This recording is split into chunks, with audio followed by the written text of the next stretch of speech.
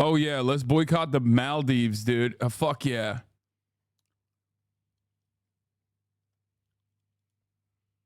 Yeah, Mexico City's Jewish mayor wants to be identified by policies, not ethnicity. Like many other liberal secular politicians around the world, Claudia Sheinbaum rarely identifies publicly as Jewish. It was during her successful campaign in Mexico City mayor that Claudia Sheinbaum made a reference to her Jewish heritage. Speaking before a group of Jewish women, she says she was proud of those origins. We celebrate all the holidays at my grandparents' house. For Sheinbaum, the capital city's first elected Jewish and female mayor, the reference to her Jewishness was rare. Like many other liberal, secular Jewish politicians around the world, Sheinbaum rarely identifies publicly as Jewish. You know what, though? Before we get into the weed of this, the weeds of this shit, why not let's do a fucking snapshot, okay? History. Let's get into Mexico election. It's historic. What are the liberals saying? What are the leftists saying? Why is it important? Let's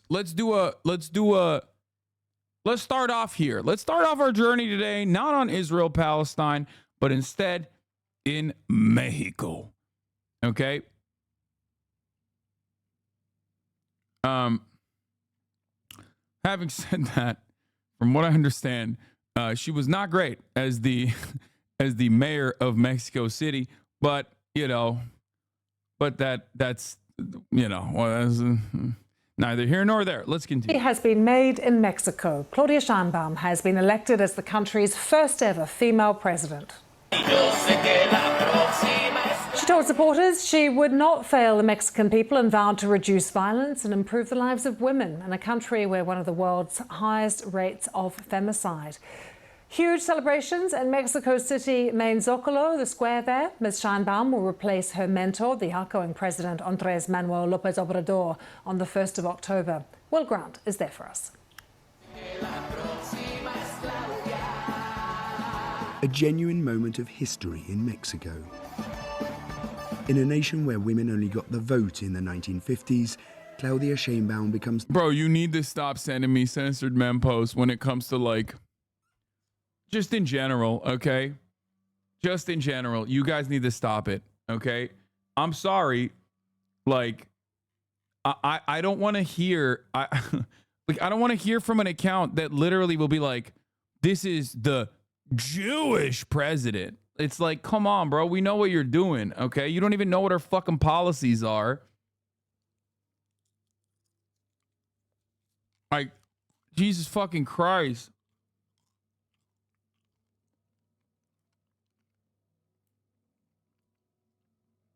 I'm genuinely confused. Why do you say AMLO is leftist? He's openly criticized the U.S. and brought the Mexican minimum wage up. The economy is going up and doing lots of senior population. Sure, the cartel and crime has skyrocketed. Yeah, I mean, I think, and I said this before, AMLO is, one, very popular for a good reason. It's very popular. His policies are very popular. He's overall... he has some weird takes on a lot of issues, but he is the best Mexico has to offer. Okay. And it seems to me like Claudia Sheinbaum is going to follow through on that tradition.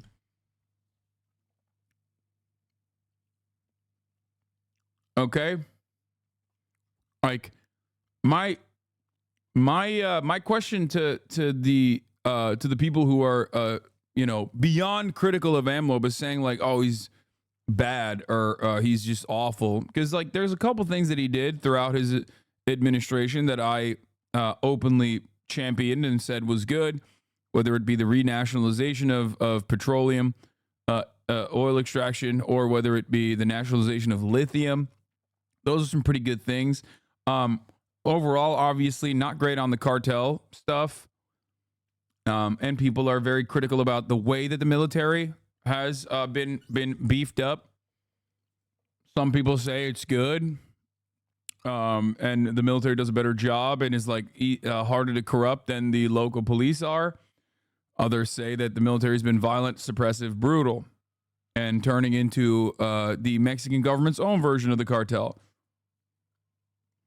Having said that, however, it seems to me like it is definitely the lesser evil voting alternative with no real alternative whatsoever beyond that.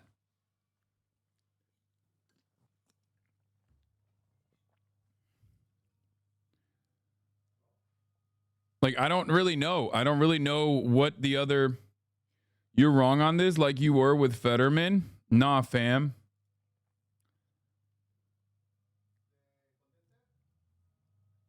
Am I wrong to assume the censormen pose their pro-Palestinian views from a firmly anti-Semitic point of view, like they don't care for Palestinians at the end of the day, they just don't like Jewish people? I don't know. It could be a little column A, column B, but it doesn't matter to me. As soon as someone is like demonstrating anti-Semitic bullshit, I'm like not going to be on board with that regardless. I'm never going to... It's going to take a lot for me to trust someone after that shit. Okay.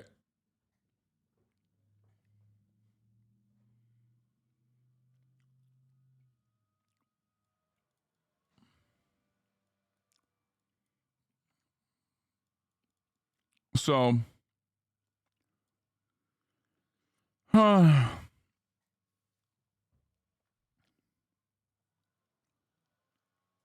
other female candidate was wanted to privatize the electric industry. That's how bad she was. Yeah, it's like, what are we doing? You have someone who is like on the aesthetic front, she hits all the markers. She's a woman, okay? She's a climate scientist.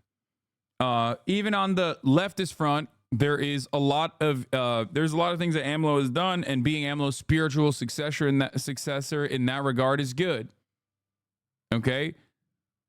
Having said that, what's the alternative? Like the fucking small business owner, the entrepreneur, like the right wing entrepreneur, the opposition with the interest of like beefing up, the startup culture in Mexico City or some shit. Like, what are we doing? Like, what the fuck is that about? You know? The first woman to break centuries of male domination over the Mexican presidency, shattering the glass ceiling for generations of women to come. I do personally like that people ride for a person whose like family is historically communist because she's a woman. Like, liberals have to do this thing where they just literally have to be like, well, this is great. It's the glass ceiling being broken. Isn't that wonderful?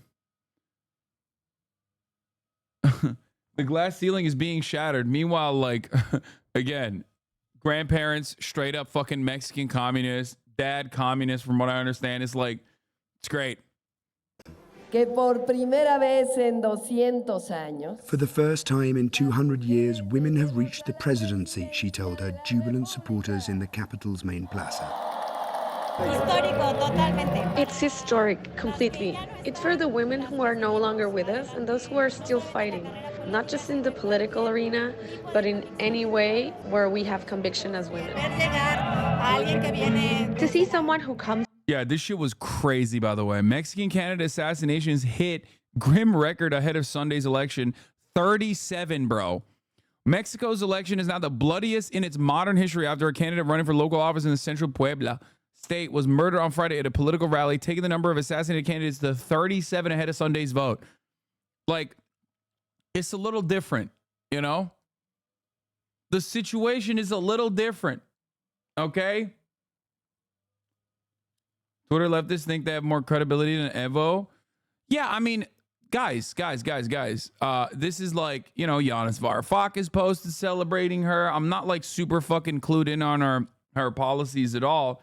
But, you know, there's a lot of people that I do trust, that I am aligned with politically, that are seemingly very excited about the prospects. So I'll reserve my judgment for what she ends up doing.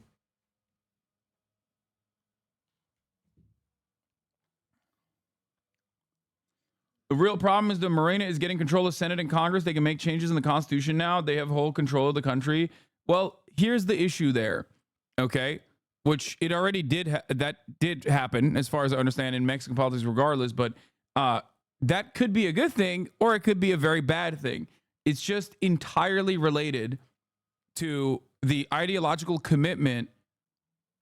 It's entirely related to the ideological commitment that the party has to legitimately improving the material conditions of all people in Mexico. If they have that genuine vested interest, then it's a good thing. If they don't have that, and by the way, this is being done technically through the democratic process, so it's not like I know that there are other aspects of it. I know that there are other aspects of it. For example, the AMLO stuff as it pertains to the Supreme Court, right? I think there was some issue with the courts. Having said that, however, I'm not immediately going to be like, oh no, they are too popular.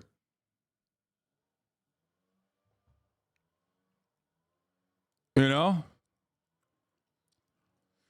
Here's what Yana said. You should trust no politician, but at the same time, consider everything AMLO did for the poor in Mexico. Claudia is committed to continuing AMLO's policies in favor of those lacking power and wealth, but that does not mean we should not be ready for fair criticism. Yeah.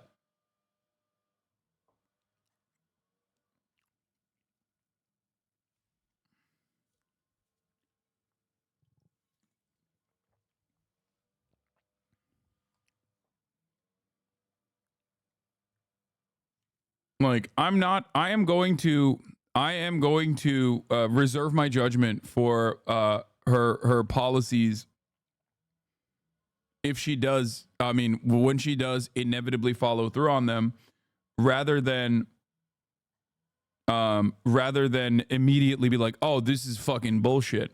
Because the reality is that having this popular governing mandate, historically speaking, has actually led to prosperity in the past as well. It has also been incredibly damaging for Latin American countries in the other direction. And what I mean by that is when it's not actually the democratic process that brings someone in the position of power, but a fucking coup d'etat backed by the US state that then go in and create this massive dictatorship. Oftentimes, however, when a populist, democratically organized movement that ends up working on solving some of the underlying material inequalities, when they actually have this incredible popular mandate to operate and they demonstrate a commitment to that goal overall, that goal that got them that popularity to fucking begin with, that yields pretty positive outcomes. And it's not just in Latin America either. This has also happened in the United States of America. Who am I referencing here? Obviously, no one in contemporary American history. I'm talking about FDR.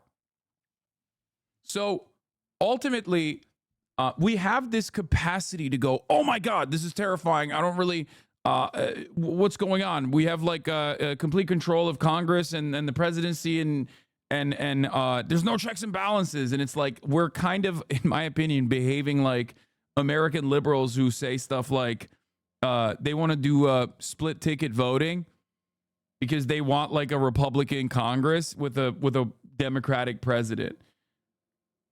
I'm not necessarily inclined to immediately say, no, it's good to have opposition in all instances. Yeah, that's why I was saying, like, didn't this happen before? But like, yeah, Morena is the new PRI is what you're saying, right?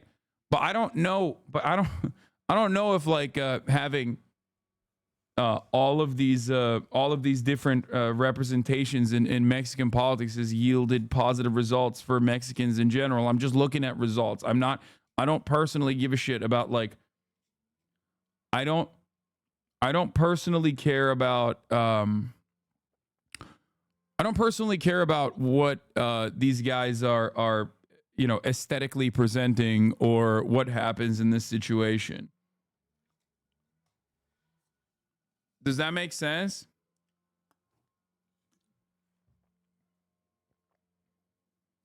Please say PRI, not PRI.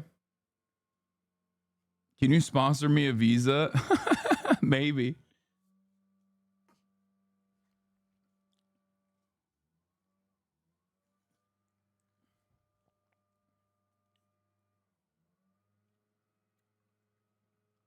Yeah, this is a real argument. I used to love the metro system in Mexico City until roofs started falling off, trains derailing and crashing more often. This is something I have heard.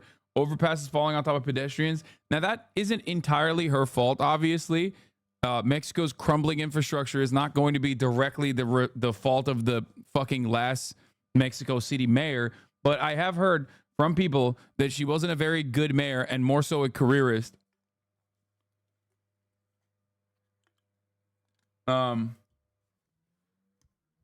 are you assuming you know what's going to happen in Mexico, though? Wait, what? Are you talking to me? I'm not assuming that, unless you're talking about the 3-minute ad break that Mexicans are definitely going to see right now. At the top of the hour, there is a 3-minute ad break. And if you no longer want to see those ads, all you need to do is subscribe for $5 or for free with a Twitch Prime, 5 pesos. You know? Yeah. Disgusting, lol. What do you mean? Morena is a new PRI. Shut up! It's 50 pesos for me, lol. Okay, dólares, no pesos.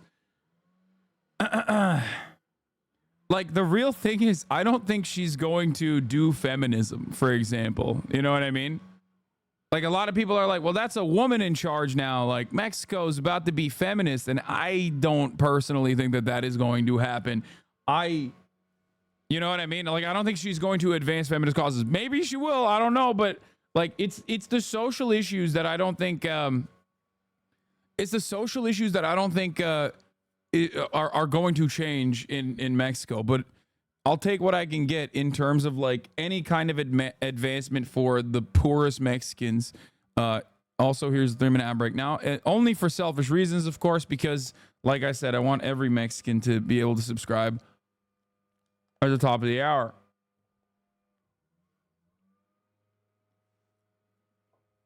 So the point is, it's all a matter of what will they do with the popular mandate they have?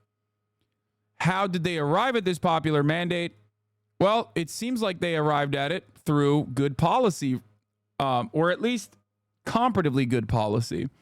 I wouldn't say it's the best policy, but overall, making the most of making the most that they could with the obvious limitations that they have.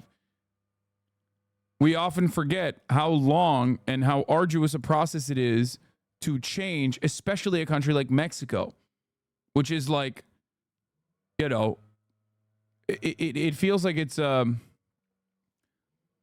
piece of land that is governed by a bunch of decentralized, like, no way you're calling Claudia woke. No, that's a meme, man. Jesus Christ.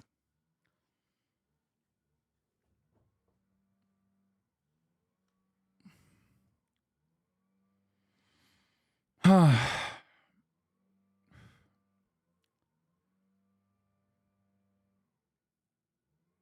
of unrelated, but I remember last election's Partido Verde literally sponsored a ton of Mexican influencers, and they all posed with the same story supporting the party. Yeah. You're not going to be able to unironically, one, remove corruption as an element from Mexican politics, and two, you're certainly not going to be able to do that in one term, and three, you are not going to be able to dismantle the influence of the cartel. So... But yeah, see, this is what I mean. The metro system didn't have maintenance work for 53 years, and somehow it's the current government's fault that the infrastructure is crumbling. They handled poorly, though. Yeah, that's what I mean. That's what I'm saying. It's like a competent governor, a competent leader, a competent mayor would try to work against that, but it's not entirely in her hands. That's my point. And the same went for AMLO as well.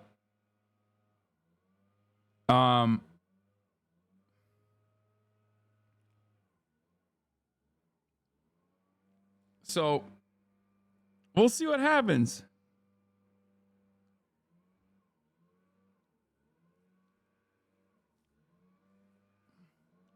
People endorsed by AMLO has governed Mexico City for the past 20 years, though. Anyway, let's get back to it. Let's see what the media is saying, and then we'll talk about it. Fight at the bottom to the presidency, it's so emotional.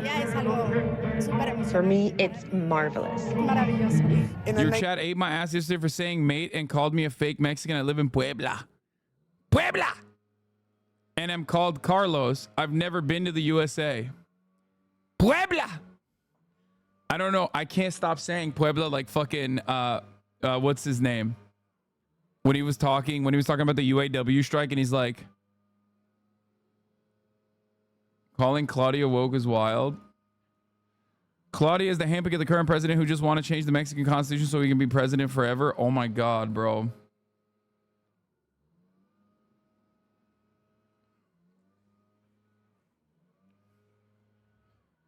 Let's continue. Nation of such entrenched machismo, what Claudia Sheinbaum has achieved here is no small feat.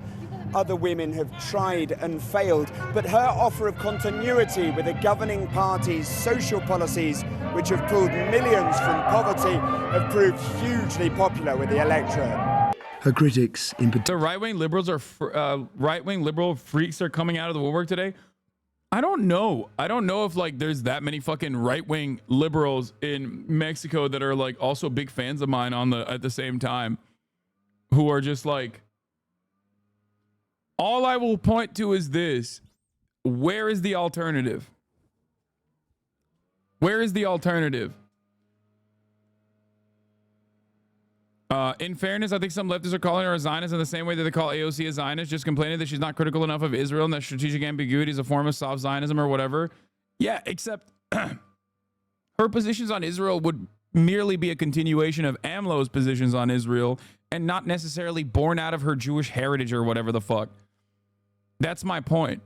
So if she does continue strategic ambiguity against Israel, then that is directly a consequence of following through on AMLO's strategic ambiguity, in spite of the fact that there is, as far as I understand, a lot of people in the administration currently that is hypercritical of Israel, and including, but not limited to those who have tried to get Mexico to join the ICJ court case as well, alongside South Africa. in particular her opponent in this vote, Xochitl Galvez, are left deeply frustrated, especially by the huge margin of victory.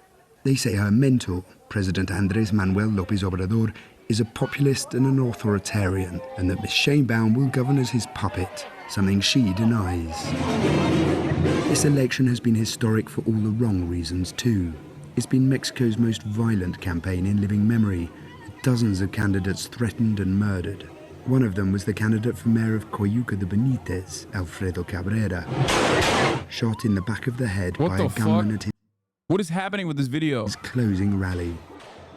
His murder was a sign of the huge security task, a fear she isn't up to What is the happening? huge security task facing Ms. Sheinbaum. A staggering 11 women and girls are killed every day I know they can't show it. Why are they shaking it though? in Mexico, and her critics fear she isn't up to the task of tackling the problem. If Sheinbaum wins, I think the militarization will continue increasing. They will keep on having ever so more power, you know, both the military and the narco, because they have been together for decades. For now, her supporters are celebrating having made history. And once the party ends, most voters want the president-elect to prioritize drug cartel crime over all other issues in her in-tray. Claudia Sheinbaum inherits a nation mired in violence. Her challenge now will be to succeed where so many men before her have failed. Will Grant, BBC News, Mexico. Brother, those are the kind of people say we are becoming Cuba because you voted for Morena. Yeah. City. One can only hope. One can only wish that Mexico becomes Cuba. Okay? Like, great.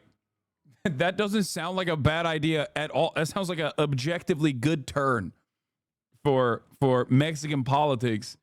Holy fuck, dude. Cuba is doing, you know, all things considered, despite the crippling blockades and endless sanctions that are completely unjustifiable, completely inhumane against the Cuban state by the global dominant hegemonic superpower United States of America for the crime of having a fucking revolution against America's the American-backed dictator.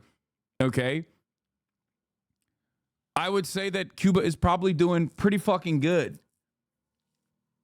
If Cuba was allowed to thrive on top of everything else, Like if they weren't so hyper reliant earlier on the USSR and then beyond USSR now, China, if they could like participate in the global marketplace as one does, they would do even better.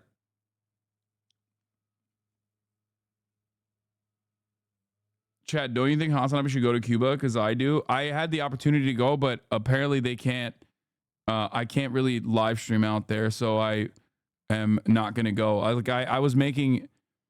was gonna go with like the People's Brigade or something. Like I forget what it's called, but you can't really live stream out there. So unfortunately, I'm yeah, I'm a censored man. This was the bloodiest in terms of history of modern Mexico. And who are the victims? Poor people in the majority. Wait, what? This was the bloodiest term in the history of modern Mexico? I'm not ignoring this fact. It's one of the major criticisms that I think the AMLO government has. It's just that at a certain point, you have to recognize it is kind of outside of their control and outside of their power. You know what I mean? Vanessa Rubio Marquez served as Deputy Finance Minister of Mexico, and I asked for her reflections on the historic moment for the country. Definitely, this is a huge historic milestone in Mexico for women, of course, but not only for my generation, but for the generation of my grandmother, my mother. It's been only 71 years since women were granted the right to vote in Mexico. We have had 20 women holding governorships in Mexico. I myself was the first deputy minister of finance in the country in 2016. So we have been moving forward, but still it's a lot in our way to find parity at the end. But yes, this is a huge milestone. She's incredibly close to the outgoing president, Andrés Manuel López Obrador. How will she be different from him, though? I think Mexico has a very strong presidency, a very strong presidential regime. So I think she will be her own figure, but it's yet to be seen where she stands in very crucial issues, such as the definition of the democratic foundations of the country, the relationship with the legislative, an independent judiciary. How will she come along with this militarization of the country over the last 5 years? Not only security matters, but the military now control the customs and have built a refinery and have built an airport and own an airline. So that's a key issue to define moving forward. And also very key policies such as public finances. We're running the largest public deficit this year over the last 35 years. What the new energy matrix and the new energy policy will be, and also a series of elements in relation to competitiveness of the Mexican economy vis-a-vis the violence in Mexico is the same propaganda that Trump and the right always say about the place. Different problems like guns in the USA. Wait, what? I mean, the violence in Mexico is definitely very real. Cartel violence specifically is very, very real. It's not like, that's not like a fake problem. That's a very real issue. Just like femicide is a very real issue as well. Those are legitimate problems. It's just that those are such, I feel the way I look at it is like, it's almost like grading it on a curve, because like, what the fuck are you supposed to do? Like, there's a 6-year term limit regardless, but beyond that, it's like this has been this has been Mexican politics for a very long time. I don't know how any administration can tackle it over the course of like 6 years. Maybe over like 2 decades, 3 decades, you can like try to chip away at it. Why doesn't Mexico crack down on cartel violence and jail every gang member like Nayib Bukele, the greatest leader of modern human history, did? Yeah, great question. That would be impossible. Okay? Because they have American guns and American weapons and American gear and American dollars lining up their pockets. And therefore, they are, in many instances, more fucking powerful than the military. So you can't really do that. And also, that's not a good solution anyway.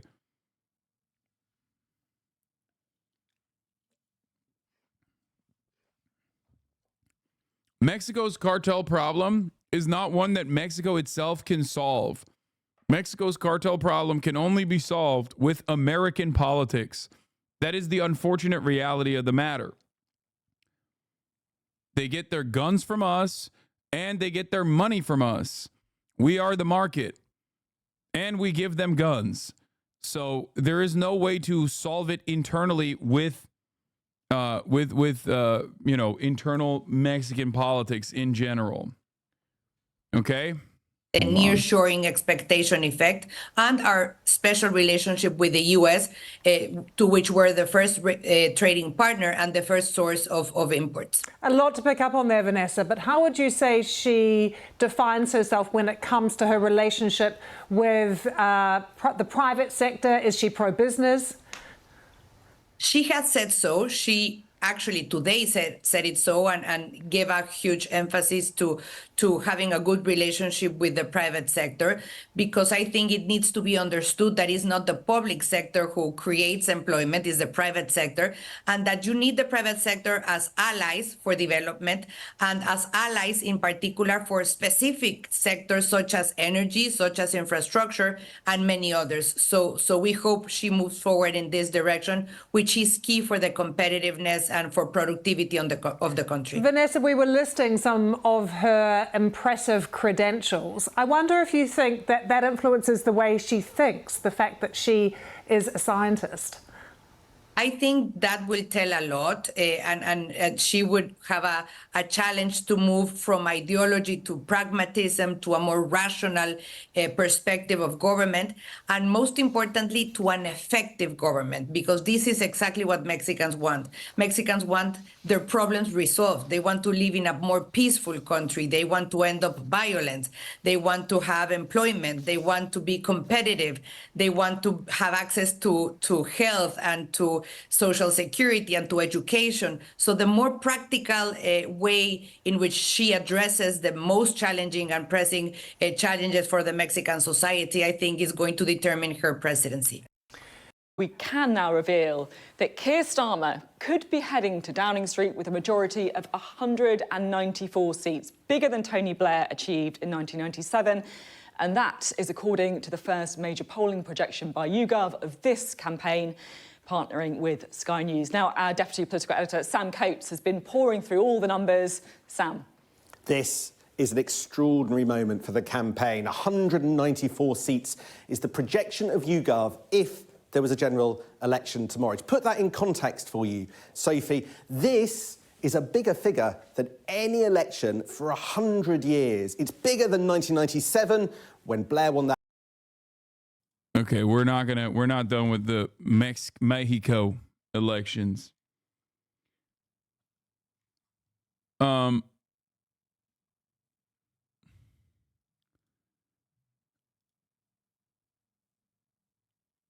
So it's almost narco democracy, by the way. The politics have been very complex in Mexico since it started its inception. No thanks to the U.S. government. Plus, how are we going to stop the narcos when we are the ones funding them by buying their products? Yeah. Now the progressives are in power. They demand an end to the system of violence that the right continued to aid and increase through corruption and austerity for generations. Yeah, look, you have to personally grade on a curve. That's it.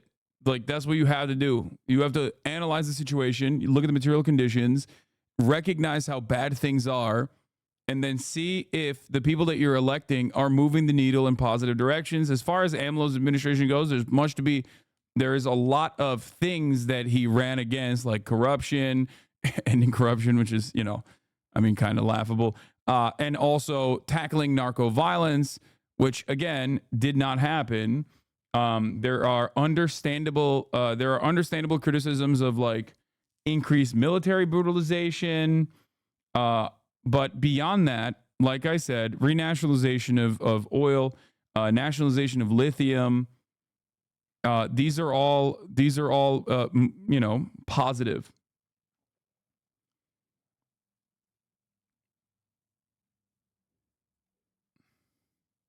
Funny how leftist leaders and figures in newspapers are saying this is good, but chatters are saying it's bad because their racist families said she sucks. No, I don't think so. I think that there is a understandable growing problem with respect to narco violence. AI dubbed a great Univision video of Claudia's big 3 moments in her political career. Studying physics at UNAM, Claudia Sheinbaum joined in student movements with a leftist orientation, from which came the leaders that would create the Democratic Revolution Party that Sheinbaum later became a part of. However, politics was not her first preference. Upon finishing university, she dedicated herself to research and education. It was not until the year 2000 that a mutual friend recommended Sheinbaum to AMLO for the position of Environmental Secretary of the then Federal District due to her research on pollution. At this point in time, Claudia Sheinbaum was married to Carlos Guimas, who was governing Tlalpan.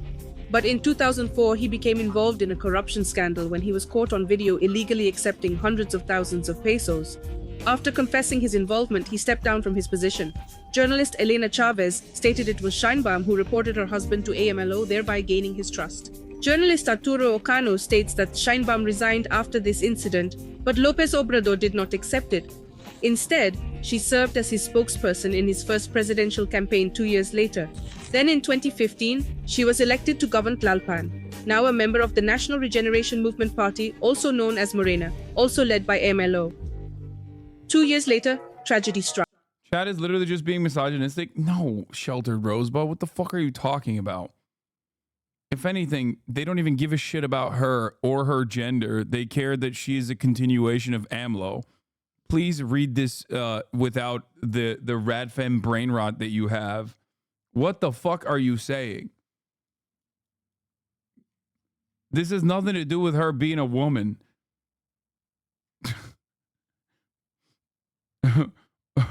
What are we talking about?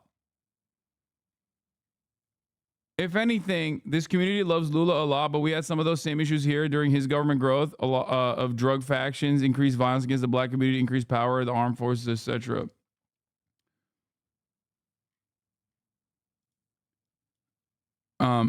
Because it is a positive for women, at least give her the time to prove herself before you jump down her throat. Yeah, again, it doesn't matter. Most people's criticisms in this community literally have nothing to do with nothing to do with her being a woman at all. Okay?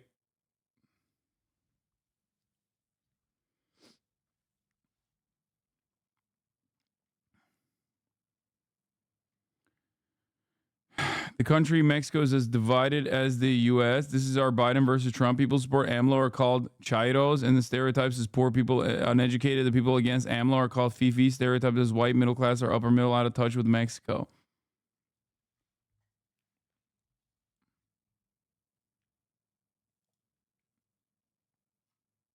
Chatch is biased against her because she's Mexican. Yeah. Look, you cannot deny one thing, and that is that AMLO's party is fucking profoundly popular. I mean, you look at the fucking elections and it's like, what are we talking about here? The popularity is unimaginable in comparison to like American metrics. So is Modi's though. Yeah, it's a little bit different, don't you think?